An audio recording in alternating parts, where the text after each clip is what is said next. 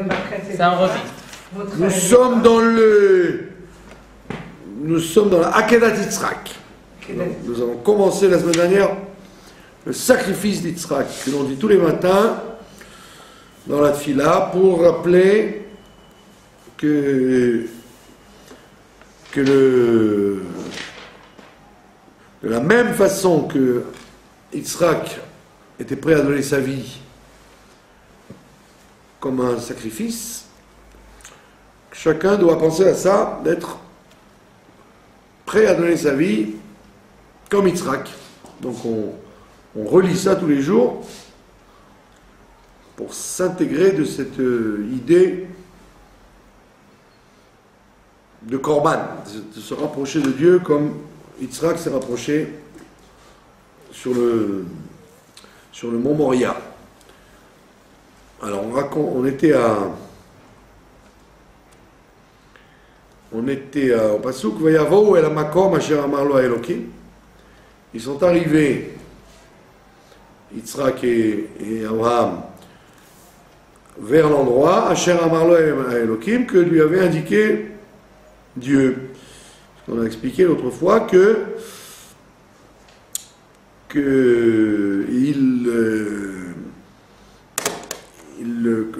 comment il s'appelle, Abraham Avinu n'a pas eu tout de suite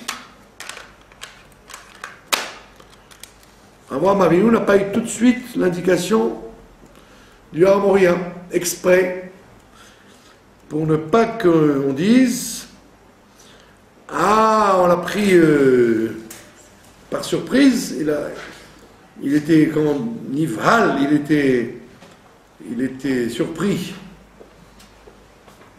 On l'a obligé par surprise à tuer son fils, mais s'il avait réfléchi, il n'aurait pas été.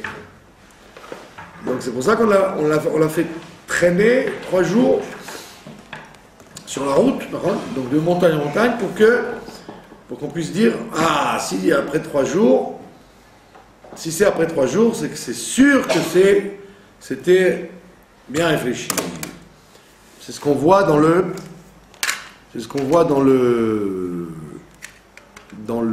comment on appelle ça, quand on dit en français la nuit porte conseil. Pourquoi on dit la nuit porte conseil? Ça veut dire que il y a écrit là-bas dans les Pirkei Avot qu'il faut et vous metunin badin, soyez réfléchis quand vous allez faire un din, c'est-à-dire une condamnation à mort ou une condamnation. Ça veut dire que si tu réponds au tac, trop vite, tu risques de répondre faux. Alors on te dit, laisse passer un certain temps. Maintenant, ici d'après la Akedat Yitzhak, après 3 jours on a laissé le café reposer, on est sûr qu'une décision elle est plus sûre. Donc quand on lui propose quelque chose de très grand, il ne doit pas dire oui tout de suite ou non tout de suite. Il doit attendre 3 jours. Au moins 3 jours. 3 jours, c'est 3 cycles où on sait très bien que les midotes, l'homme fonctionne par impulsion. Alors on sait très bien que le dimanche, par exemple, c'est le chesed. Le dimanche, c'est la bonté qui règne. Le lundi, c'est la rigueur.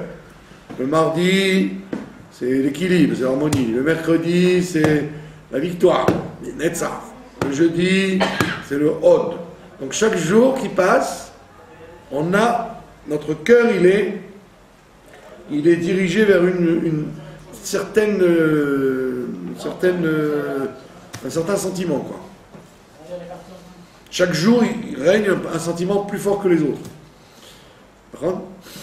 Donc dimanche, c'est chesed. Donc si chaque jour ça tourne comme ça, donc si on vous a dit il faut signer un contrat, alors si c'est quelque chose de très grand, si c'est pour acheter un litre de lait, pas bien méchant.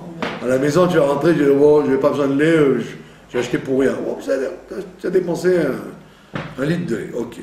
Mais s'il s'agit d'un grand projet, tu dois dire, laissez-moi réfléchir. Les gens, parce qu'en général, qu'est-ce que font les gens? Ils disent, non, c'est tout de suite, il ne faut pas réfléchir, c'est tout de suite. C'est vrai que pourquoi on te dit ne réfléchis pas? Parce que comme ça, on peut t'attraper. Parce que quand tu réfléchis, tu vois tous les côtés de la chose. Donc c'est pour ça qu'on dit, un minimum de réflexion, c'est 3 jours. Parce qu'il y a 3 cycles. La Mida, elle passe 3 cycles. Chesed, Gvura, Tiferet. Elle a passé 3 styles d'orientation. Donc, le Chesed, c'est-à-dire on a envie de faire la chose.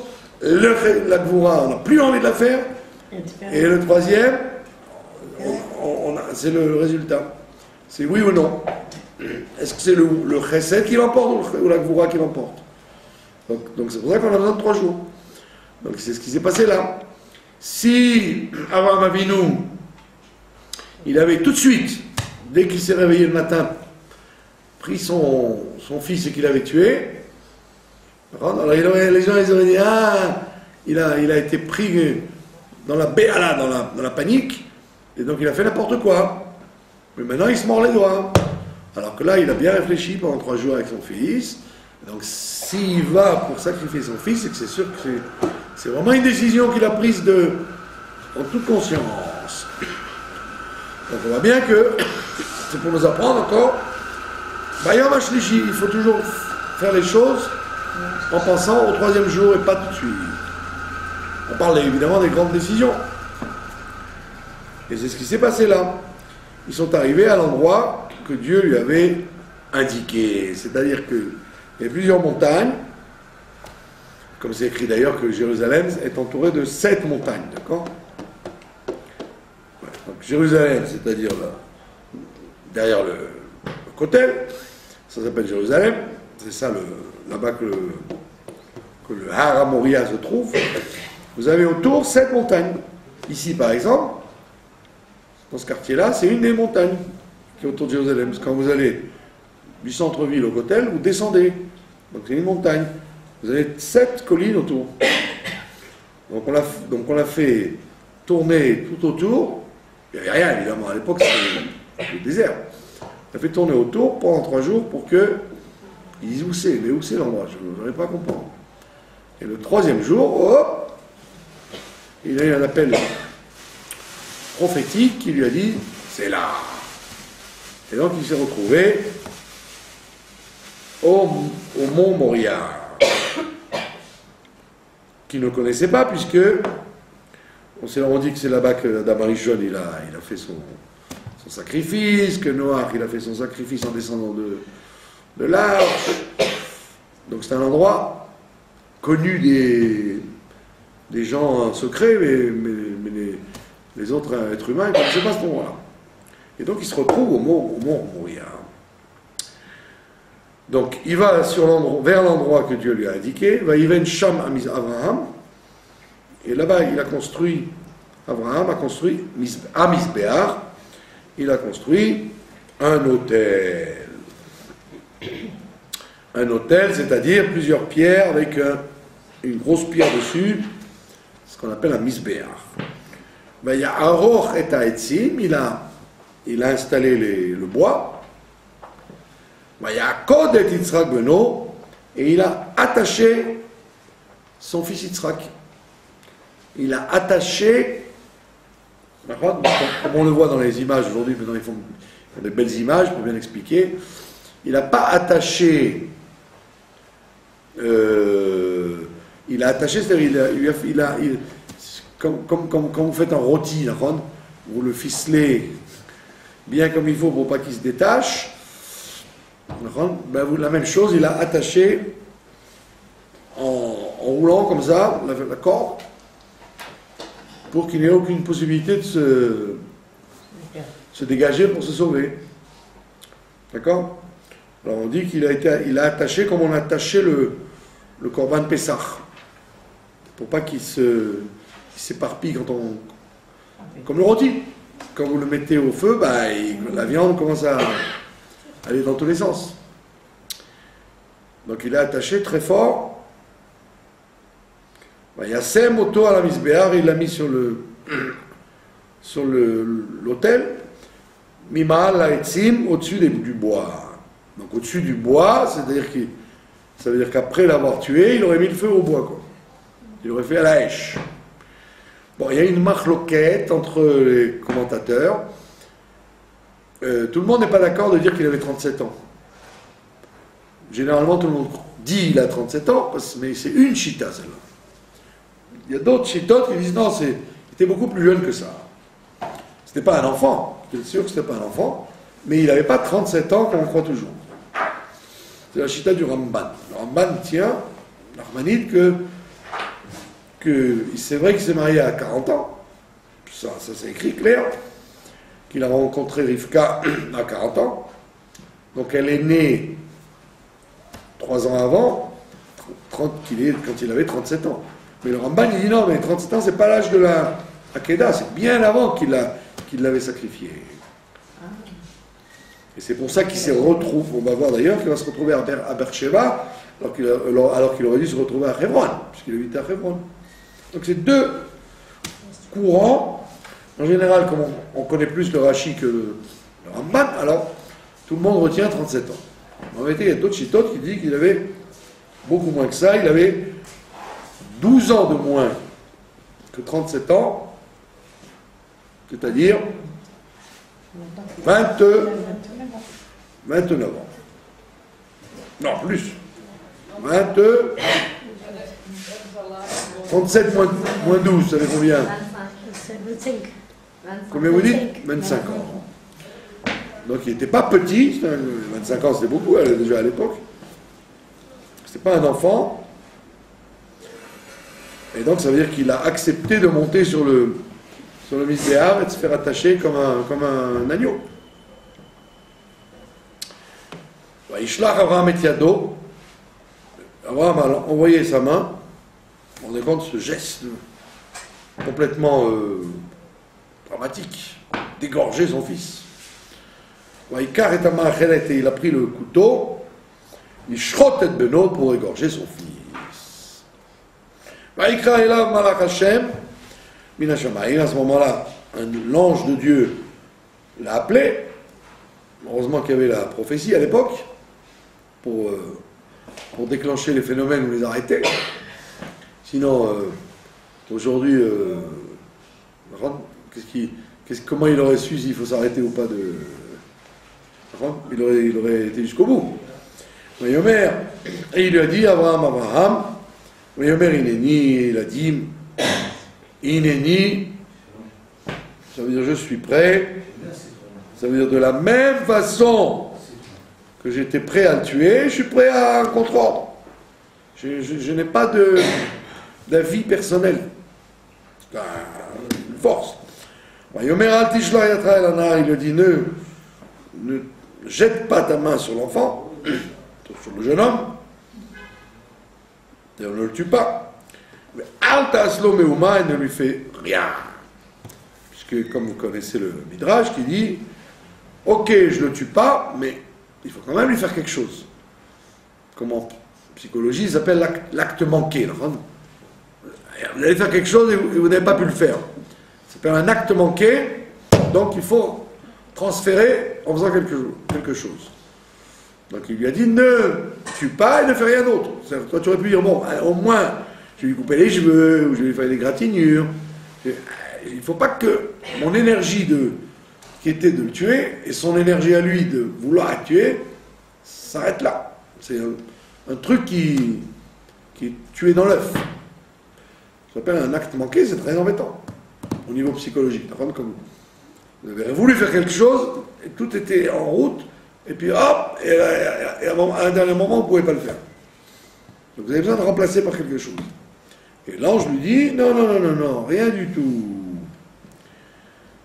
Qui atayadati, parce que maintenant je sais, qui est le kimata, que tu crains Dieu. Et avant, il savait pas.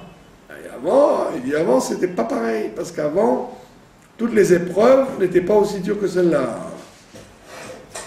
Dans Yere Elohim, c'est quand c'est le bout du tunnel qui fait une chose qui est déterminante, alors que les autres, quelque part, c'était pas le summum de la crainte de Dieu.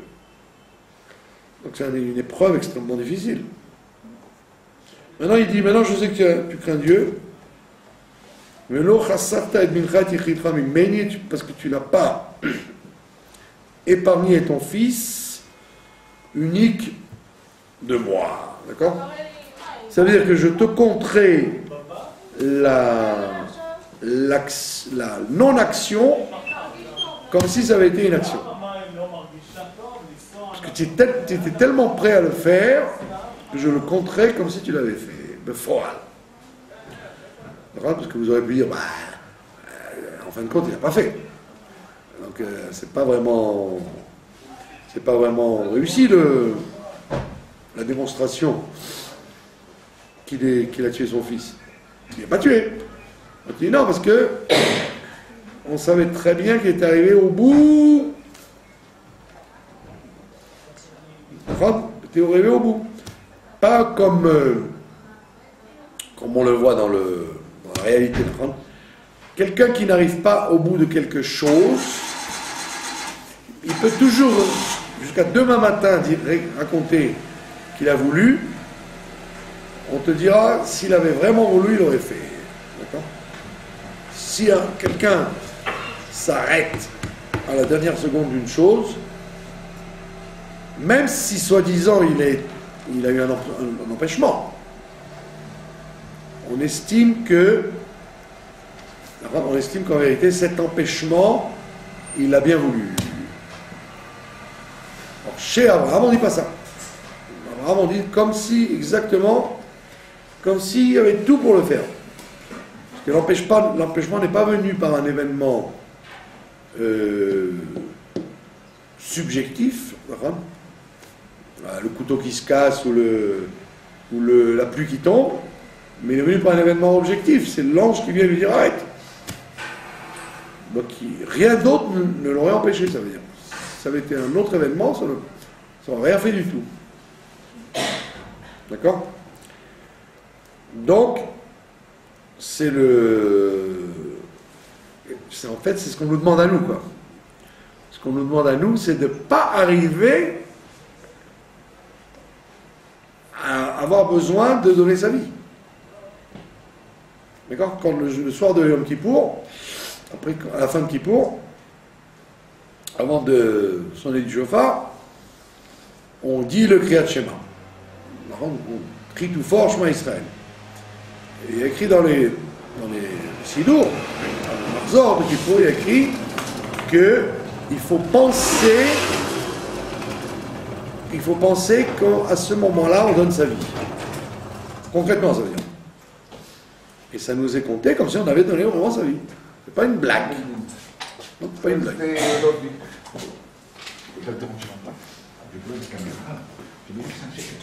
Non, je suis en train d'enregistrer, c'est pas très... Voilà, ça, pour ça tu peux. Nous demandons pardon à nos téléspectateurs. On va attendre jusqu'à demain matin. Les banques sont fermées à cette heure-là. Bon. En plus, on a eu droit au gaz du vélo, du vélo moteur. Mais Kitso, il te dit, hop, tu n'as pas épargné ton fils. Donc je te considère comme si tu l'avais vraiment égorgé pour moi. Alors évidemment, les gens de gauche, ce qu'on appelle les enquêteurs du texte, Procré Amikra, les hommes politiques, ils disent ouais, c'est ça le judaïsme. On se flatte qu'un père il a voulu tuer son fils. D'accord? C'est pas très. C'est pessimiste, quoi. C'est tout ce que tu trouves à dire. Qu'il a voulu tuer son fils, c'est ça le but. Le but de la vie, c'est d'être capable de tuer son fils. D'accord? Alors, effectivement, si il avait vraiment tué son fils, alors ils auraient raison. On aurait dit c'est dégoûtant de flatter la mort, comme les terroristes qui flattent la mort. Pour eux, c'est bien de mourir. Les mères qui envoient leurs enfants avec des ceintures ou tuer des gens dans le monde, les deux tours ou ou Israël, tuer des gens, c'est l'éducation qu'elle donne à leur enfant, c'est de mourir pour tuer, pas mourir pour vivre, pour faire vivre d'autres, non, mourir pour tuer. Donc c'est un idéal de la vie, c'est la mort. Alors que là, on dit non, la preuve qu'il ne l'a pas tué, c'est ça qu'on dit, il ne faut pas le tuer. La chose importante dans l'histoire de la Kedah, c'est Al-Tishlach Yatra, ne tue pas l'enfant. C'est surtout ça qu'ils vont retenir, il ne faut pas le tuer. Il faut être prêt à beaucoup, mais pas le faire. Il faut vivre, il ne faut pas mourir. Donc c'est faux de dire ah, tuer un enfant, c'est ça le top. Il dit non, c'est justement de ne pas le tuer. D'être prêt à donner sa vie pour quelque chose, mais on ne t'a pas demandé de le faire pour de bon. Puisque on ne t'a pas fait vivre sur terre pour mourir. On t'a fait vivre sur terre pour vivre. La preuve, c'est que quand quelqu'un s'en va, on porte le deuil. Donc ça veut dire qu'on estime que mourir, c'est pas une bonne chose. Même si c'est une obligation depuis Adam Arishon, par contre, on ne dit pas bravo, enfin il est mort, kol hakavod. On dit non, c'est dommage, même à 100 ans, ça fait de la peine. Parce que l'important, c'est la vie, c'est pas la mort. Vaïssa wa metenam. Et donc, à ce moment-là, on a dit qu'il ne fallait pas qu'il y ait un acte manqué. Quelque chose qu'il voulait faire, qu'il n'a pas réussi à faire, hop, Vaïssa wa metenam. Abraham a levé les yeux. Vaïa, et il a vu, Veine Aïn, et voici qu'il voit un bélier. D'accord? Achav nechaz basvach bekarnav. Et il avait les cornes, carnav, il avait ses cornes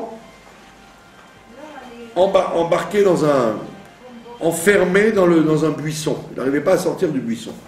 Donc ça donnait le sentiment qu'il se promenait par là et qu'il a eu un accident, quoi. Oui. Et les Pirkei Avot nous disent que ce bélier, il avait été sécrété depuis la création du monde.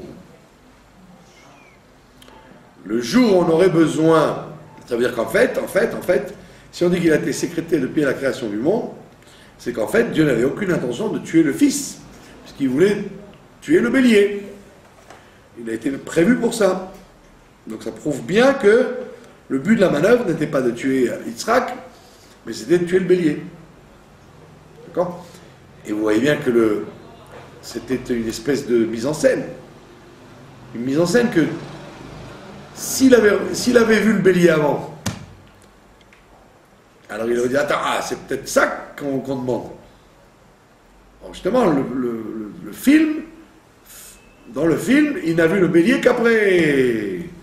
Donc, alors qu'il était là, le bélier. Mais il ne l'a pas vu. Il l'a vu à ce moment-là. C'est-à-dire que tant qu'il avait besoin de croire que c'était son fils, on ne lui a pas montré le bélier. Et juste après, on lui a montré pour lui dire, c'est en vérité ça que je veux, le bélier, pas ton fils. C'est pour ça que dans les sacrifices, quand il va y avoir plus tard la sortie d'Égypte, ils vont apprendre à faire des sacrifices dans le Mishkan. Dans le Mishkan, dans le tabernacle et après dans le Beth Amikdash. C'est pour dire qu'en fait, le sujet du transfert, de transférer la mort de quelqu'un par la mort d'une bête, ça existait déjà à ce moment-là. D'accord? Tuer quelqu'un, vous voyez bien d'ailleurs que les écologistes et ça ne les dérange pas qu'il y ait 50 000 morts en Syrie ou au Nigeria, ça les dérange quand on tue des poulets pour les caparades de Kippour. Évidemment, la vie n'est pas une jungle, mais le poulet de Kippour, je le mange. Je le tue pas pour transférer simplement mes fautes, mais je m'en sers pour manger, pour donner à manger aux pauvres. D'accord? Donc ce transfert de la mort de quelqu'un sur un corban, c'est pas un truc cruel. c'est un besoin qu'il faut quelque chose qui soit sacrifié. Vous voyez, comme dans un mariage, quand il y a un mariage, on casse une assiette. Pourquoi on casse un verre, une assiette, un cli? Pour amoindrir la joie, transférer un peu de la peine qu'il faudrait avoir sur le cli. Vous connaissez l'histoire du verre, d'où ça vient? Ça vient du Talmud. Il y a eu un mariage avec tellement de joie, alors que le temple avait été détruit. Alors les Arabes, il a dit, ils oublient la destruction du temple, c'est un problème ça. Ils étaient tellement heureux du mariage, qu'il était prendre un truc en cristal, qui coûtait une fortune à l'époque, et il s'est mis devant l'assistance, et les gens, ils chantaient, ils dansaient, quoi, que c'était... et paf, et il a cassé devant tout le monde. Ah, les gens, ils ont une peine. Ils ont eu une peine, et donc ils ont été beaucoup moins joyeux dans ce mariage. Donc c'était pour leur dire, hop, hop, hop, hop, hop. Tant qu'il n'y a pas le Beth Amikdash, on n'a pas le droit de trop rire. Donc il faut transférer un peu. Alors au lieu que cette peine, elle soit sur quelque chose de vrai, on le transfère sur quelque chose de secondaire, un truc en cristal. D'accord? C'est pour ça qu'on casse le verre. Et c'est pour ça qu'on casse le verre. Mais aujourd'hui, évidemment, les gens, ils ne cassent pas un truc en cristal qui vaut des millions. Ils cassent un verre à 2 shekels qu'ils achètent au marché 1 heure avant le mariage, d'accord? Ils essaient de ne pas acheter du Duralex pour que ça se casse, pour ne pas casser le pied du khatan, d'accord? Donc, un verre cassable. Mais en vérité, personne n'est triste, parce que c'est un truc qui ne vaut rien du tout, quoi. Et la preuve, c'est que les gens, au lieu de penser au deuil du temple, ils disent Mazal Tov. Le fait de casser le verre, ça leur rappelle la joie du mariage au lieu de leur rappeler la tristesse du temple. Bon, tant mieux, on est un peu fou, mais c'est pas grave. Donc ah oui, parce que, pourquoi on casse le verre? C'est vrai. Parce qu'on dit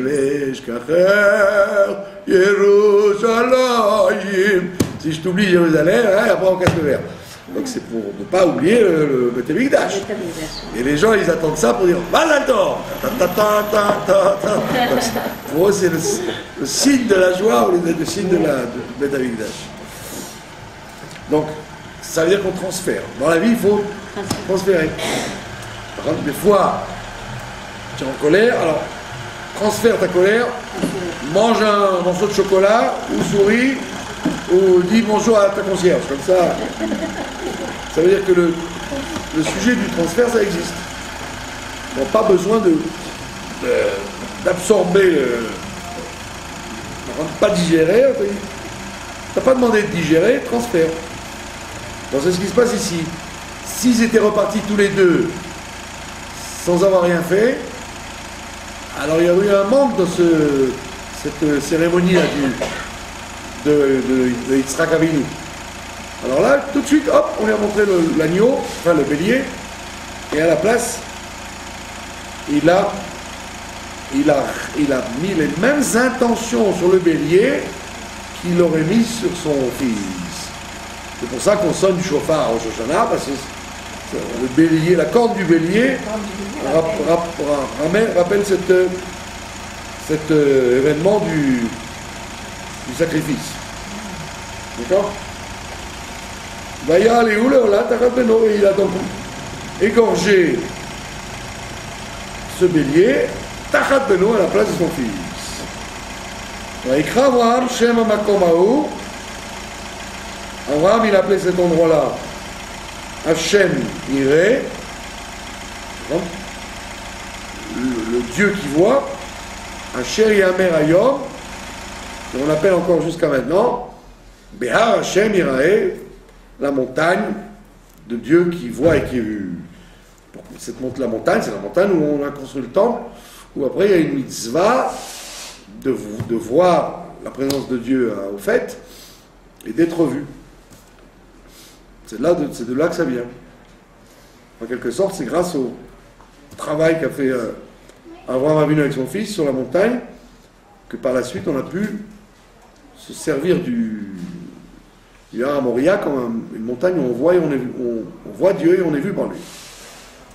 C'est pour ça qu'on est triste de ne pas avoir de Beth Amikdash.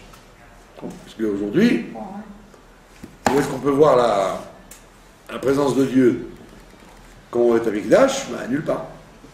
Donc on est perdant, quoi. Vaikra malach Hashem el Abraham, Shenit. L'ange de Dieu l'a appelé encore une deuxième fois. Vous voyez, tout le Tanakh, c'est ça le sujet du Tanakh. À part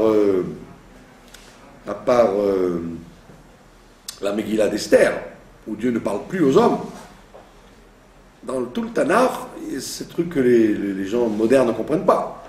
Ils disent qu'on invente. Parce que tu vois, dans tout le Tanakh, l'homme il fait quelque chose, Dieu il lui parle. Tout le monde est prophète.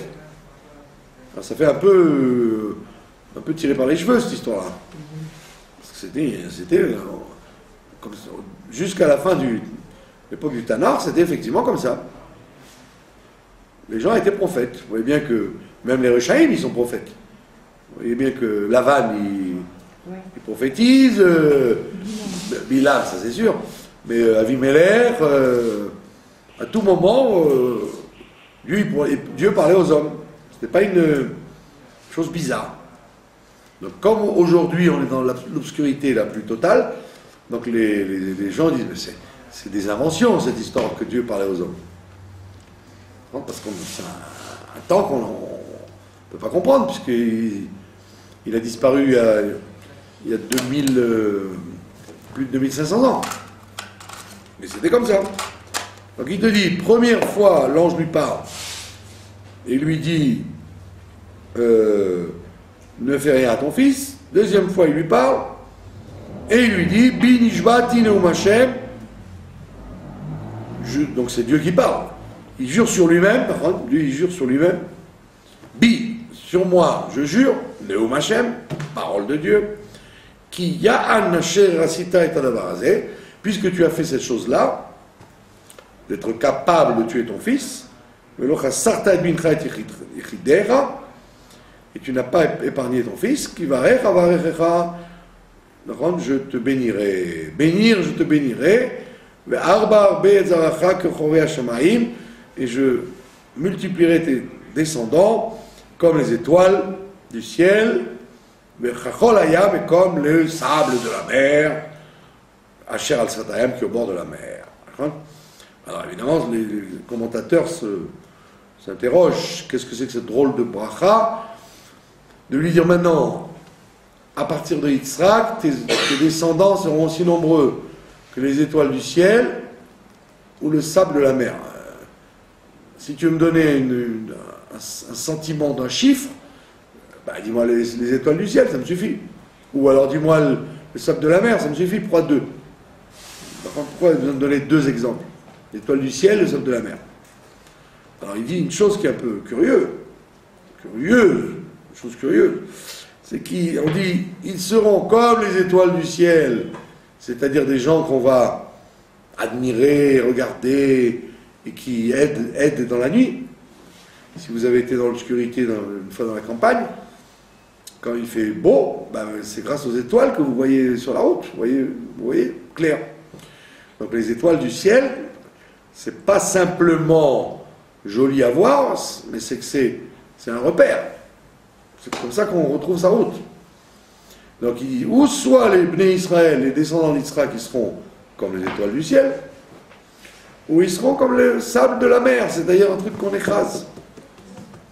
On ne peut pas le compter, c'est vrai, mais on marche dessus. D'accord? Quand on est enfant, qu'est-ce qu'on fait? On fait un château de sable et on attend que la vague arrive pour effacer le... Donc, c'est un peu curieux cette bracha, qu'en même temps, on lui donne une grande bénédiction, mais on lui dit, attends. La bénédiction, elle est variable. Ils seront nombreux dans le bon sens, ou ils seront nombreux dans le mauvais sens. Ou ils seront des étoiles ou du sable. Donc, ça veut dire qu'il y a une bracha qui est en même temps mitigée, quoi. C'est pas tout le temps qu'on sera des étoiles du ciel. On sera peut-être nombreux, mais comme du sable de la mer. Et c'est effectivement ce que les antisémites ont toujours dit, nous sommes des milliards. Des milliards. Les gens, les antisémites, ils disent, bah, il y a des juifs partout, donc ils sont des milliards. D'accord? Donc, des fois c'est flatteur, des fois c'est pas flatteur de dire les juifs sont nombreux. Ils sont partout. D'accord? Moi, je connaissais je vous ai dit, un directeur en France d'une société, c'était pas un idiot, il était très cultivé, il était important. Et il m'a dit, vous les juifs, vous êtes nombreux. Je lui ai dit, combien sommes-nous d'après vous? Oh, il m'a dit au moins 300 millions. J'ai dit 300 millions en France seulement ou surtout de la surface de la planète? Il m'a dit, non, dans le monde. Bah, je lui ai dit, oui, c'est pas parce qu'ils sont visibles comme les étoiles du ciel, ou malheureusement le sable de la mer, ils sont nombreux. D'accord? Combien on est exactement? 13 millions. Et d'après les chiffres officiels, il y a 15 millions. C'est tout. Ouais. Ça va, Moins que ça. En vérité, on est beaucoup plus, puisqu'il y a tous les gens qui ne savent pas qu'ils sont juifs en Russie, en Angleterre, ce que je sais, des gens qui sont juifs sans le savoir, Qu'est-ce que et c'est? ceux qui se cachent. Hein. Dieu. Mais en vérité, c'est pas. C'est pas beaucoup. C'est peut-être 1/1000 de la population mondiale. Donc, Bekitzo, c'est une bénédiction qu'Abraham a appréciée, puisqu'il était prêt à tuer son fils. Donc, il était prêt à ce que tout s'arrête. Puis Tom, on lui dit non. Ça ne s'arrête pas, mais au contraire, ça va prendre une proportion énorme. Ve'itbarchu bezaracha kol goyei haaretz. Il dit, grâce à tes enfants, toutes les nations du monde seront bénies. Donc les Juifs sont sur terre pour emmener la bénédiction au monde. Donc c'est leur vocation. D'accord? Comme je vous l'ai répété 500 fois, que Bismarck, qui était antisémite, le Premier ministre allemand, dans les années 1870, il avait dit au Kaiser, au chancelier, à l'empereur allemand, il avait dit, faites tout aux Juifs, mais ne les chassez pas. Faites-leur tout. Les impôts, qui n'aient pas le droit d'aller à l'école, ce que vous voulez, mais ne les chassez pas de l'Allemagne.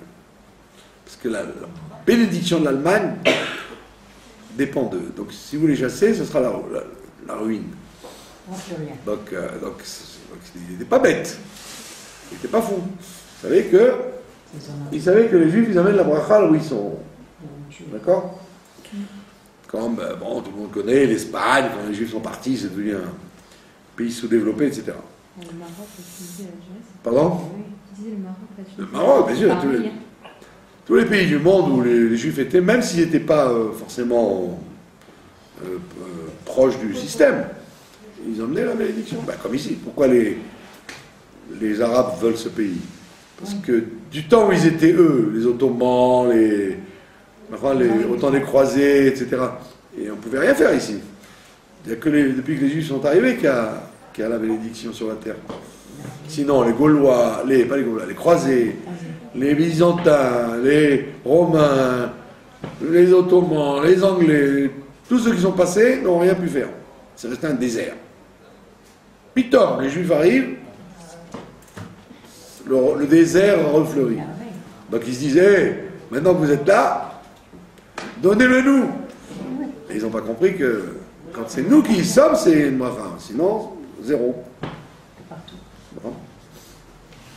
Donc c'est l'intelligence des Goïms, c'est de savoir ça, que les nations seront bénies par la présence des Juifs.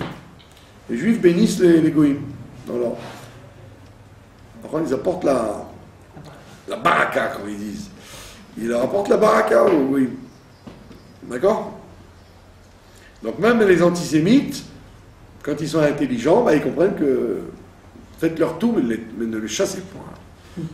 Laissez-les tranquilles.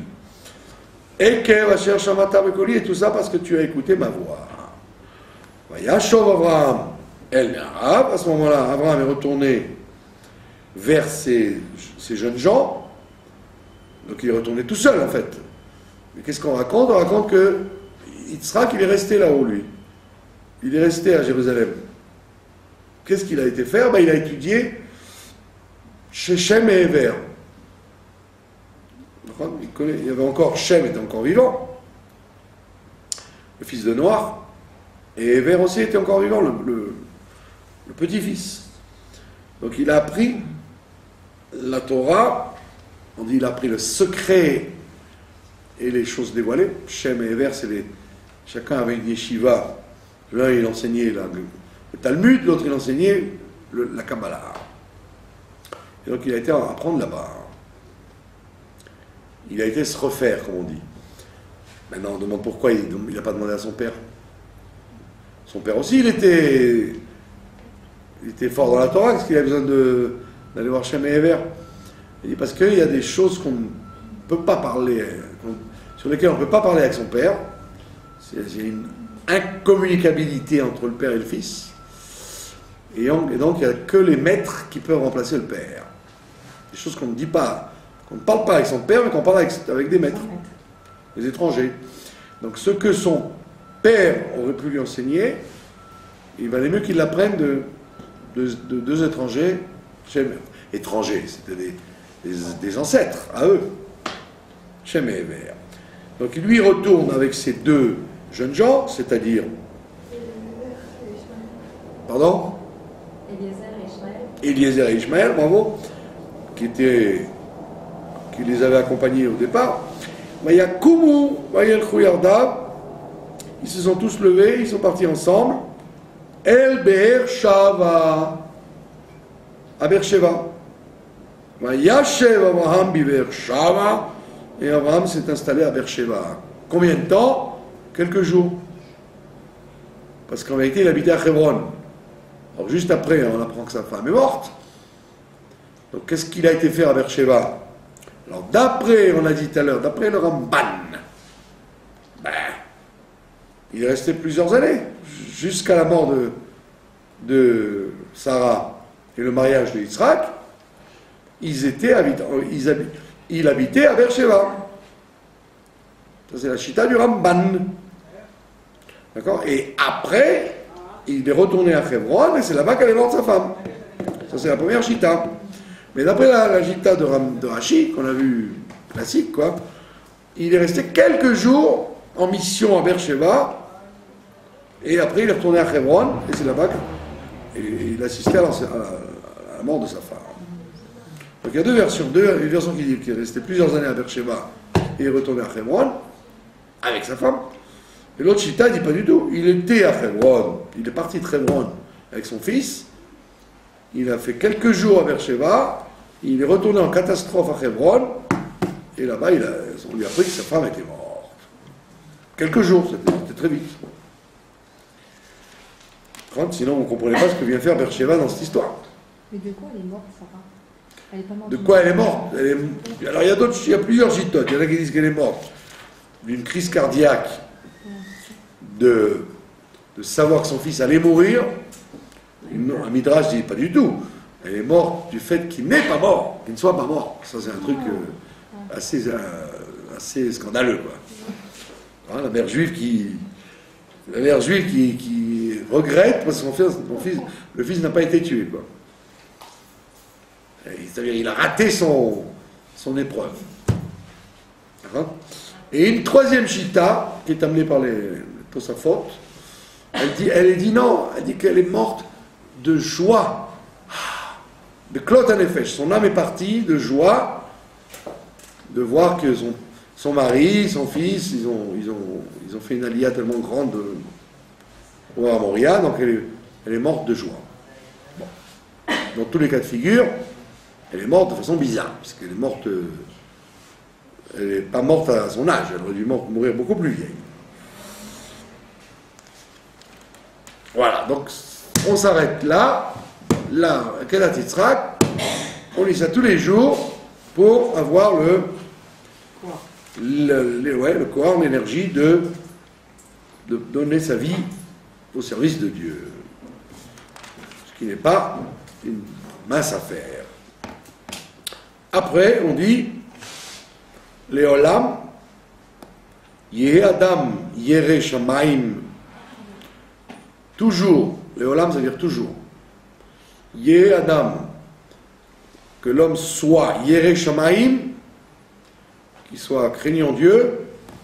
Alors la plupart des textes disent Seter ou Bagalouy, en cachette et devant tout le monde. Mais là, ici, le Admor Azaken, il a enlevé des Nusrod classiques du mot Galouy. Il a dit que l'homme soit toujours craignant Dieu en cachette. Parce que être craignant Dieu devant tout le monde, ça c'est facile. En général, tout le monde a tendance à être craignant Dieu devant tout le monde. Mais en cachette, ça c'est pas pachout. Donc l'Admor Azaken a estimé, je ne sais pas comment c'est dans les autres rites du Harizal, la plupart des Sidourim disent Seter ou Bagalouy, en cachette et dévoilé, et en façon et en public. D'accord? Ou modé à la Hémet, et que l'homme soit toujours, modé à la Hémet, soit toujours reconnaissant de la vérité. Ça veut dire qu'on commence la journée avec ça pour dire que reconnaître la vérité, c'est pas toujours évident. Comme on en a parlé mercredi soir, sur l'histoire de Yaakov et Esav. Yaakov et Esav, que Esav, c'est quelqu'un qui aime le mal et le bien, mais ça ne le dérange pas. Alors, on te dit, si tu aimes le mal et le bien, au moins reconnais-le, que tu aimes le mal et le bien. Sois authentique, sois amiti. Dis j'ai ce défaut, dis je suis comme ça. Et sans t'en flatter, bien sûr, il ne faut pas se flatter de ses défauts. Mais il faut au moins le reconnaître à soi-même. D'accord? Il y a écrit dans le Chassidoute, quoi, que Dieu nous a mis devant les yeux les autres êtres humains pour qu'ils soient un miroir. Quand tu vois quelqu'un, c'est un miroir. Et alors, donc quand tu vois le défaut, c'est qu'en vérité, il est chez toi. Mais comme tu es orgueilleux, donc si on ne t'avait pas mis l'autre, tu n'aurais jamais accepté ce défaut chez toi. Parce que tu n'es pas modé à la Hémet. Tu n'acceptes pas la vérité. Donc on te montre le défaut chez l'autre pour que tu dises ben j'ai ce défaut alors. Puisque je l'ai vu, c'est que je l'ai. Donc c'est comme les gens sont orgueilleux, donc ils n'ont pas envie de voir le défaut chez eux, donc on le montre chez l'autre pour qu'il le voie et donc il puisse le réparer chez lui. Donc on ne te l'a pas montré pour que tu le répares chez l'autre. C'est déjà une autre paire de manches et un autre problème de le réparer chez l'autre. On te l'a montré chez l'autre pour que tu le répares chez toi. Parce que si on t'avait laissé tout seul avec toi-même, tu l'aurais jamais vu. Tu n'aurais jamais accepté de le voir. Comment tu peux le voir? Parce qu'on te l'a montré chez l'autre. Donc on ne te l'a pas montré chez l'autre pour l'autre, on te l'a montré chez l'autre pour toi. Et c'est pour ça qu'il te dit, au modèle à la Hémet, tu dois accepter la vérité, même si elle est dure à reconnaître. D'accord? Et tu n'as pas besoin d'en parler au monde entier. Mais au moins, entre toi et toi, que tu saches c'est quoi le Hémet. Qu'est-ce que ça peut faire avant que tu aies des défauts? Qu'est-ce que ça peut faire que tu aies des défauts? Ça veut dire que tu n'es pas si bien que ça. Eh bien, très bien. On t'a fait exprès pas si bien que ça pour que tu puisses te réparer. Le jour où tu seras parfait, tu n'as plus rien à faire ici. Donc il vaut mieux donc ne pas être parfait. Comme ça, on a une longue vie. C'est une histoire qu'on raconte. Le rabbi, au début il était rabbi, il y avait un chassid à qui il a parlé, il lui dit, vous savez, Le chassid dit au rabbi, vous savez, j'ai eu une bracha de votre beau-père de vivre longtemps. Il dit ça au rabbi. Il dit, votre beau-père, le rabbi précédent, m'a donné une bracha de vivre longtemps. Alors il dit, mais dites-moi qu'est-ce qu'il vous a dit exactement. Eh bien il m'a dit, tu ne mourras pas sans avoir la crainte de Dieu. Donc comme, avant que j'arrive à ça, je suis sûr d'arriver à vivre très vieux. Il n'avait pas dit tu vivras vieux. Je te donne une bracha pour avoir la crainte de Dieu. Il dit, mais comme je me connais, avant que j'ai la crainte de Dieu, il en passera de l'eau sous les ponts, donc il m'a donné une bracha pour vivre longtemps. Vous avez compris? Donc ça veut dire que quelqu'un qui est parfait, ben, s'il est parfait, on lui dit, bon, ben, ça n'aurait plus rien à faire ici, hein. Faut déposer le bilan. Donc si tu as des défauts, sois content. Ça veut dire que si on t'a donné des défauts, c'est qu'il y a du pain sur la planche. Alors, donc il y a du travail à faire, c'est bien. Donc si toi tu ne veux pas les voir, c'est normal, c'est vexant. L'homme n'aime pas être vexé même par lui-même. De se rendre compte qu'il a un défaut, ça l'embête. Alors qu'est-ce qu'on fait? On lui montre chez l'autre. Comme ça, alors évidemment, l'homme étant tordu, il le voit chez l'autre, et très souvent il ne veut pas le voir chez lui. Alors il dit non, c'est tout faux là. On l'a montré chez l'autre, pas pour l'autre. L'autre, peut-être qu'il est simplement dans le monde pour ça. Pour te montrer ce défaut. Pour toi. Donc c'est pour ça qu'on commence la journée en te disant que l'homme craigne Dieu en cachette et qu'il reconnaisse la vérité. Et reconnaître la vérité, c'est pas du tout un signe de faiblesse. D'accord? Il y a des gens comme ça, ils vous attaquent. Vous dites par exemple, eh ben, voilà, je pense comme ça. Ah, mais vous ne pensiez pas comme ça il y a quelques années. Eh ben, je me suis trompé. Ah, vous êtes trompé, hein? Eh ben, au lieu de dire, psh, quoi la cabote. Il n'y a que les imbéciles qui ne se trompent pas, les gens ils vous accusent parce que il ne faut pas se tromper, ça veut dire. Mais quoi, c'est normal que tu puisses avoir changé, voir les choses autrement. Par nature humaine, on ne voit pas les choses comme on a 5 ans, quand on a 10 ans, quand on a 20 ans, quand on a 100 ans. C'est la nature humaine, mais même le plus grand sage, même Moshe Rabbeinu, il ne voyait pas le monde quand il était dans le berceau de sa mère ou quand il avait 120 ans.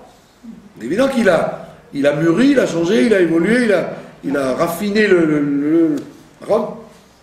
Moi j'ai un grand cousin, ouais, un grand cousin, pas un cousin direct, un cousin. Il était, quand il était petit, c'était un communiste acharné. Il se battait à coups de poing avec son frère. Parce que le frère était d'extrême droite. Et lui, il était communiste. Il se donnait des coups de poing dans la figure. Ils avaient 14 ans, 15 ans, tous les deux.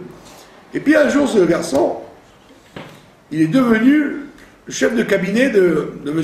Laurent Fabius, qui aujourd'hui, qui était à l'époque Premier ministre, de Michel Rocard, par contre, tous les cas de Mitterrand, quoi. Donc c'était du Parti Socialiste. Alors, tout le monde lui disait, quand tu étais petit, tu étais très très rouge. Tu es communiste à fond. Mais maintenant que tu es au Parti Socialiste, et puis là, un grand appartement de 400 mètres du côté des Champs-Élysées, ben, ton vin, il est très très blanc maintenant. Tu as mis beaucoup de blanc dans ton vin. Il n'était pas du tout, plus du tout communiste, quoi. C'était une voiture de fonction, comme tous les socialistes. Tout le monde est égaux, mais il y en a qui sont plus égaux que d'autres. D'accord? Donc ça veut dire quoi? Ça veut dire que l'individu, quand il vieillit, d'accord, il est moins violent, il est moins radical, il espère moins changer le monde, il pense que les choses sont plus difficiles à changer, alors que quand on est jeune, ouais, mais c'est quoi ça? Vous allez voir, on va tout casser, on va tout changer. Donc quand on prend de l'âge, c'est pas qu'on devient plus bête ou plus paresseux, mais c'est parce qu'on prend des coups dans la vie et on se rend compte qu'effectivement, c'est très très dur de faire bouger la machine, quoi, du monde. Donc ça veut dire quoi? Ça veut dire qu'automatiquement on évolue. On ne peut pas être. La Torah elle-même te dit qu'à 5 ans, tu ne pourras pas la même chose qu'à 10 ans, qu'à 20 ans. C'est obligé. C'est le changement des cortex, même du cerveau, qui change. Donc tu ne vois pas de la même façon les choses. D'accord? Donc, mais une chose tu dois garder, modé à la émet. Modé à la émet, et le fait d'être modé à la émet, de reconnaître la vérité, ça peut te pousser à dire blanc alors qu'hier tu as dit noir. Et c'est pas une honte. Changer d'avis n'est pas une preuve qu'on est un menteur ou une girouette, comme les gens disent. Ah, tu changes d'avis, tu es une girouette. Ben attends, tu changes d'avis tous les 20 ans, ça va. Si tu changeais d'avis tous les jours, ce serait un problème. Et changer d'avis tous les 20 ans, c'est normal que tu mettes de l'eau dans ton vin. C'est normal. D'accord? Donc, c'est ce qui te dit, modé à la émet, c'est la mida à laquelle tu dois t'attacher dans la journée. De reconnaître ce qui est vrai. Donc, tu vois la distance entre toi et la vérité. Puis la vérité, elle est comme ça, mais moi, je ne suis pas comme ça. Je reconnais. Moi, je ne suis pas le émet. J'en parle, je peux parler du émet toute la journée, mais je ne vis pas ce que je raconte. Et je le sais. Sinon, si tu devais être un exemple de ce que tu racontes, alors tu ne pourrais jamais ouvrir ta bouche. Parce qu'on dirait, attends, mais qui tu es pour parler? Tu parles de la Shonara, tu me dis. Tu parles de perfection, tu n'es pas parfait. Alors dans ce cas-là, on n'aurait jamais le droit de parler. Donc tu dis, non, la vérité, elle est comme ça, mais c'est pas moi. Je ne suis pas le représentant de la vérité. Mais il te dit, mais reconnais-le la vérité. Mais dover émet. Pas seulement tu dois reconnaître la vérité, mais tu dois dire la vérité. Dover émet. Être le porte-parole, un dover, c'est un porte-parole. La différence entre médaber et dover. Médaber, c'est tu parles quelque chose, mais ça n'a rien à voir avec toi. Médaber, tu parles quelque chose qui n'a rien à voir avec toi. Dover, c'est-à-dire tu es la chose elle-même. Dover, c'est un kal, alors que Médaber, c'est un piel. En hébreu, le kal, ça veut dire que c'est la chose elle-même. Ani osé, je fais quelque chose. Donc quand un verbe il est au kal, ça veut dire que c'est fort. Alors piel, on a besoin de le renforcer. Ani Médaber, c'est-à-dire je suis un parlant. Alors Ani Dover, je suis le porte-parole de la chose. C'est différent. Mais Dover émet, donc il est le porte-parole de la vérité. Bilvavo, dans son cœur déjà. Voyashkem, c'est ce que dit d'ailleurs Rashi dans la paracha de Vayeshev cette semaine. Il dit, quand les frères de Yosef le haïssent, d'accord, ils n'aiment pas leur frère, et ils ne s'en cachent pas. Ils ne sont pas hypocrites. Et Rachid dit, mais tu vois, au moins ils étaient bien. Ils étaient comme dans leur cœur, dans leur bouche. Ils leur disaient à leur frère, on t'aime pas. On t'aime pas bien. Ils lui disaient clair. Ils n'étaient pas hypocrites. Et Rachid le voit comme une qualité. Ce qui n'est pas toujours une qualité, parce que quand tu n'aimes pas quelqu'un, alors travaille-toi pour l'aimer, et tant que tu l'aimes pas, ne lui dis pas, au moins ne lui dis pas. Et là, Rachid te dit, au moins il a une qualité. Comme entre eux, ils disaient du mal de lui, devant lui aussi, ils disaient du mal de lui. Il ne l'aimait pas dedans, il ne l'aimait pas dehors. Echad bepé, echad belen. Il n'avait pas ça au moins. C'est pas toujours comme ça qu'il faut être. Au contraire, il faut être diplomate. Tu n'es pas capable d'aimer quelqu'un, mais au moins ne lui dis pas. Il dit non, ils étaient francs. Il le voit comme une qualité. Et c'est vrai que si lui, il avait réagi devant leur franchise, il ne lui serait pas arrivé ce qui lui est arrivé. Il aurait dû dire, oh là là, s'ils me le disent en face, il faut que j'arrête de me disputer avec eux alors. Donc il te dit, aime la vérité dans ton cœur, Yashkem Vayomar, il se lèvera et il parlera. Et qu'est-ce qu'il dira? Ribon kol alamim. Nous verrons ça la prochaine fois, si vous le voulez bien.